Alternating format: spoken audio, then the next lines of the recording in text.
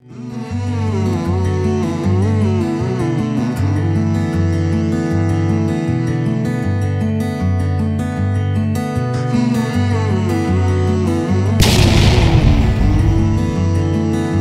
भागाचे प्रायोजक श्री पांडुरंग मंगल कार्यालय, शिवगुरुनगर, चिखली.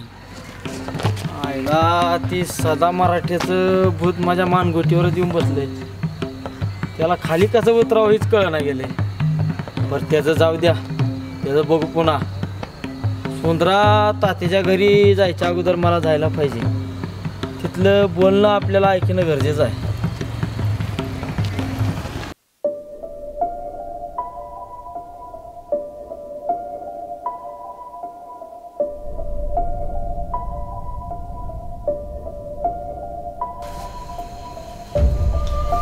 ये तडे आलीच, ये बस. वहिनी साहेब दिसणार कुठं कुठं गेलं? सुरू होय, आत्ताच होते बघ, तुझी वाट बघून गेली दळण आणायला. बस.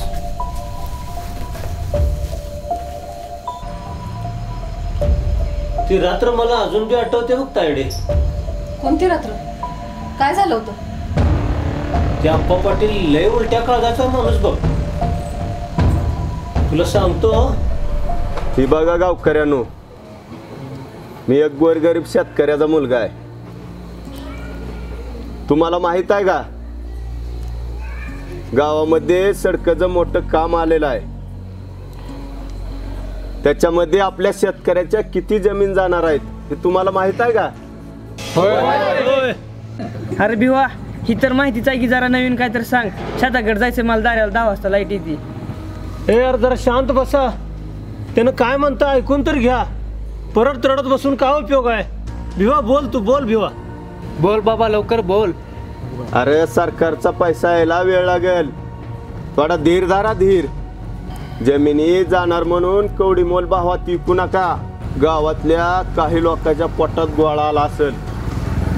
कमी पैसे जमिनी लाटून मोठं व्हायची स्वप्न बघायला लागले असतील. आम्ही बरं देऊ आमची जमिनी.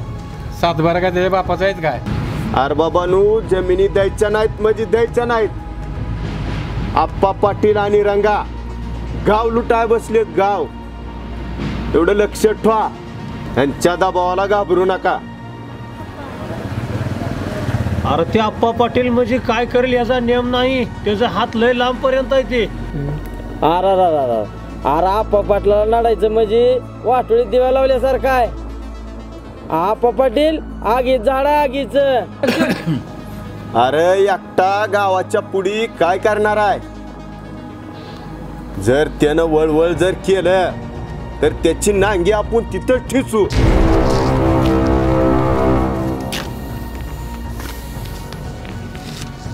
तुम्हाला काय वाटलं? असल्या खबरी मला नसतात होय? आपल्यासोबत वाकडं चालायचं म्हणल्यावर कोणाची सुद्धा हिंमत होत नाही. जो बी माझ्यासोबत वाकडं चालेल त्याला इथंच मातीत घातल्याशिवाय मी सोडित नाही. काय आप्पा, धमक्या द्यायचा काळ गेला. जोपर्यंत मी जिताय ना तोपर्यंत ती सगळं इसरून जायचं. लक्षात ठेवायचं आप्पा. अरे हातपाय गाळून कसं व्हायचं? आता मागं सरकून जमणार नाही. या आप्पा पाटील डोक्यावर मुता सुद्धा हैगई करणार नाही. असल्या पोकळ धमकेली घाबरू नका. पाटील भिवा, कशाला मरण्यावर उतरा लागला? जमिनीच्या तुकड्यासाठी? पाटील तुम्ही तर गावचे वतनदार आहात, तुम्हाला हे शोभत नाही. तात्या, या असल्या शहाणपणाच्या गोष्टी त्याला सांगा. तुम्हाला माहित आहे, जिथं माझं मन बसतंय तिथं मी कवाच मागं हटत नाही. तुम्हाला माहित नाही का? पाटील, ह्या वेळेला तर मी मागं हटणार नाही. माझ्या पाठीमागं अख्खं माझं गाव उभा आहे पाटील. बघून घेतोय काय गाला. तुला तर का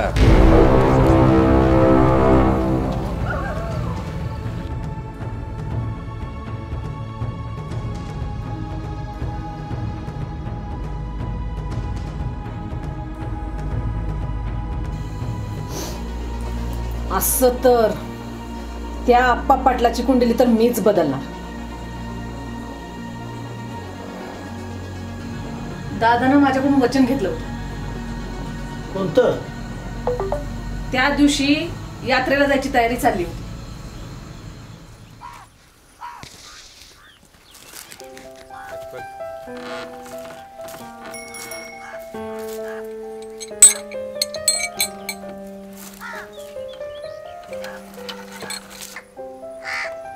दादा दादा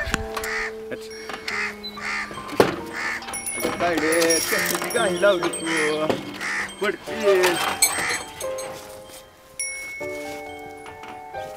अरे दादा किती उशीर. माझ्या मैत्रिणी केव्हाच्या गेल्या. तू चल ना लवकर. या काळ्या आईला कसं सोडून येऊ. तुला जायचं होतं तर तू जायचं. काय दादा तुझं सारखं काम काम समाजकार्य गावातली सेवा माझ्याकडे काय बघतच नाहीस तू. अगं तायडे माझी वाटच वेगळी आहे. माझ्या जीवनात अख्खी संकट आहेत, अख्खी वादळ आहेत. अरे दादा वादळाच्या विरुद्ध कशाला चालायचं. आणि तुला काय झालं तर आम्ही कसं जगायचं. तायडे हिमतीनं जगायचं, हिमतीनं. माझं काय आयुष्य मोठं नाही. माझ्या जर जीवाचं काय बरं वाईट झालं तर हे काम सगळं तुला पूर्ण करायचंय तायडे. अरे दादा ही स्वार्थी दुनिया आहे. इथं माणसाला किंमत नाही, पैशाला पुसतात. आणि त्यांच्यासाठी तू जीवनाचा जुगार नको खेळ. अरे काळजी वाटते रे तुझी. आत्ता मागं हटणार नाही. माझ्या आयुष्याचा जुगार झाला तर चालेल, पण आप्पा पाटलाचं गावात काही सुद्धा चालू देणार नाही. माझ्या मागं तायड्यात तुला पूर्ण करायचंय. तुला माझ्या मागं तायड्यात तुला पूर्ण करायचंय. तुला अरे दादा कुठे चाललायस. राखी बांधून जा. बर बर चल लवकर तायडे, मला बाहेर जायचंय.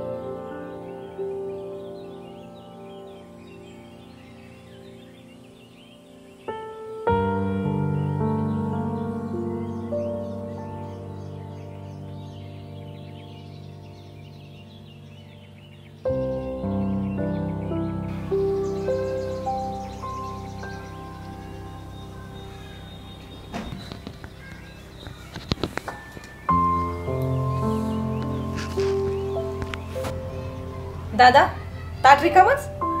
अगं तायडे माझ्या पशी जी काय आहे ती सगळं तुझंच आहे. आणि काय पाहिजे तुला तायडे. अगं तायडे आजवर तुला कोणी साथ दिली नाही, पण हा भाऊ आता तुझ्या पाठीमागं डोंगरासारखा उभा राहील. तू नुसतं बघत राहा.